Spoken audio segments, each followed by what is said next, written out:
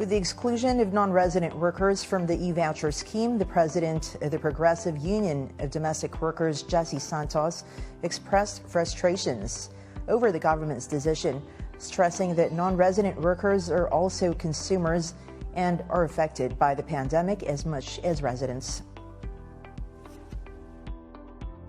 We thought that we are included with that e-voucher shame, right? Yes. And we say thank you for that. And then they changed their mind again. Yeah. So why did you all going to discriminate us?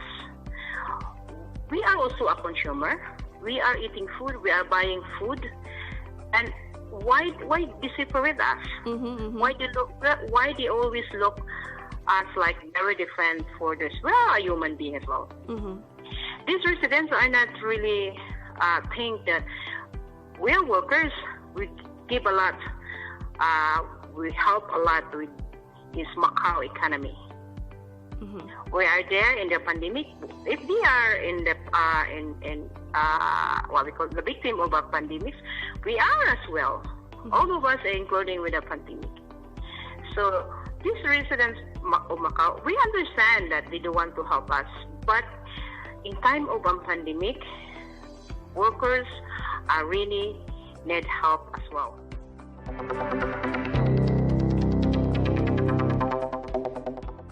Before the revamp announced today, Bluecard holders were included in the government's new economic stimulus scheme. But the Secretary for Economy and Finance revealed that the revised plan will prioritize residents, adding that the government's goal to drive the internal demand remains unchanged. Less than a month after the initial electronic consumption voucher scheme was announced, the SEL government is introducing major changes following public backlash. Under the revised E-voucher plan, permanent and non-permanent residents no longer need to spend to obtain the discount voucher. Instead, each resident is given a 5,000 patacas initiating fund worth a daily spending limit of 300 patacas. It is paired with a 25% instant discount for every transaction. The total discounted amount is capped at 3,000 patacas, which the government also sponsors, with a 100 patacas daily limit. If green-lighted by the Legislative Assembly, the roughly 5.9 billion patacas program will run between June and December. Residents will be able to register their preferred payment method on the Monetary Authority's website starting May. Aside from one of the 8 mobile payment platforms in Macau, residents can also opt for the consumption card. Once successfully registered, the initiating fund will be transferred to residents' accounts on the selected platform. They can also visit one of the top-up spots in Macau to top up their consumption card with the amount. As for the benefits targeting elderly residents that were detailed in the previous version of the scheme, the government says they are replaced by the revised program. The Secretary for Economy and Finance says, despite the changes, the government remains committed to the initial goal.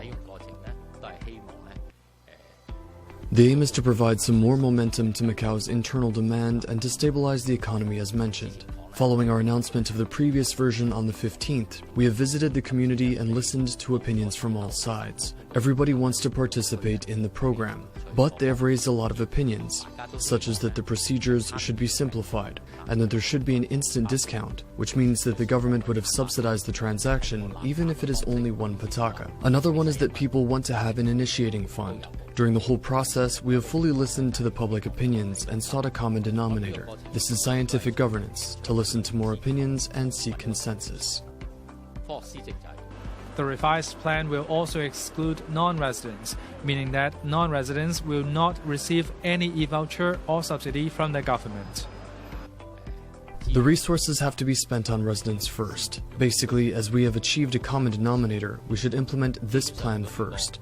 As for economic stimulus programs involving non-residents, I believe there is still time to listen to public opinions before considering, analyzing, and promoting them. The Treasurer says more information will be available after lawmakers agree to amend the government budget to fund the scheme. But the public can already visit the website of the Economic and Technological Development Bureau that contains a dedicated webpage for the program.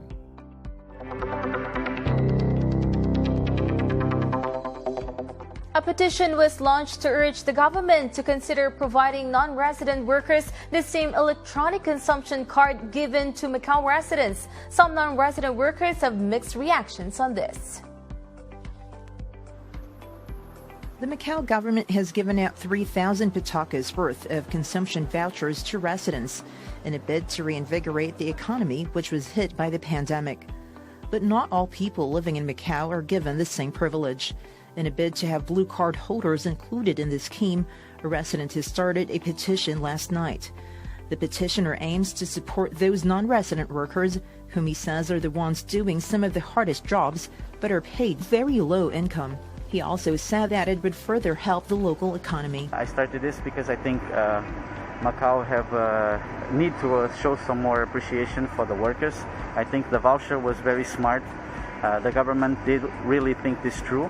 It's money that you cannot send overseas. You need to keep the money here and you need to spend it here. And because have the daily limit, it helps the small company, the small business. And I think that the blue cards, they also should be able to help us with this because they suffer like salary cuts. Some of them got fired. Rocha also said that if the government agrees to their plea, then it would help Macau set a good example to the world. And in this time, the world is showing some racism towards Chinese. I think it's important. Macau is probably only one of the few places on earth with a financial capability to give this kind of response. I know it's not easy, it's still a lot of money, but I think they could give this kind of example to the world. How should treat the blue cards. Meanwhile, some non-resident workers are in favor of this scheme. They think that it was unfair they're singled out from this. I'm more in favor of that kind of petition to help those affected by COVID-19. For me, I was very affected by the epidemic, so I could use it to buy groceries and whatever we need at home, especially groceries, needs such as food for us Filipinos.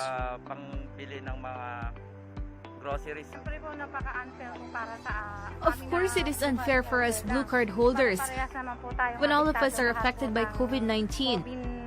I hope that in this time, I hope they would be fair, be it residents or non-residents. Hopefully, they give the same consideration. I hope whatever the residents get, it's also the same for non-residents. Especially for our needs every day, especially now that not all of us are employed. Many of us lost our jobs or some have been furloughed. So I hope they also understand that we also have our daily needs. But others think that it's a reasonable decision to exclude non-resident workers from this privilege. I don't think it's unfair because, I mean, it's good for the residents only. And I know that if they give to foreigners, they do not really, benefit from us. And aside from the company, the private company is paying for us every month for the salary. It's not their responsibility to give. Even other countries don't do that. The petition aims to gather at least 1,000 signatures, and as of press time, it has already drawn 261.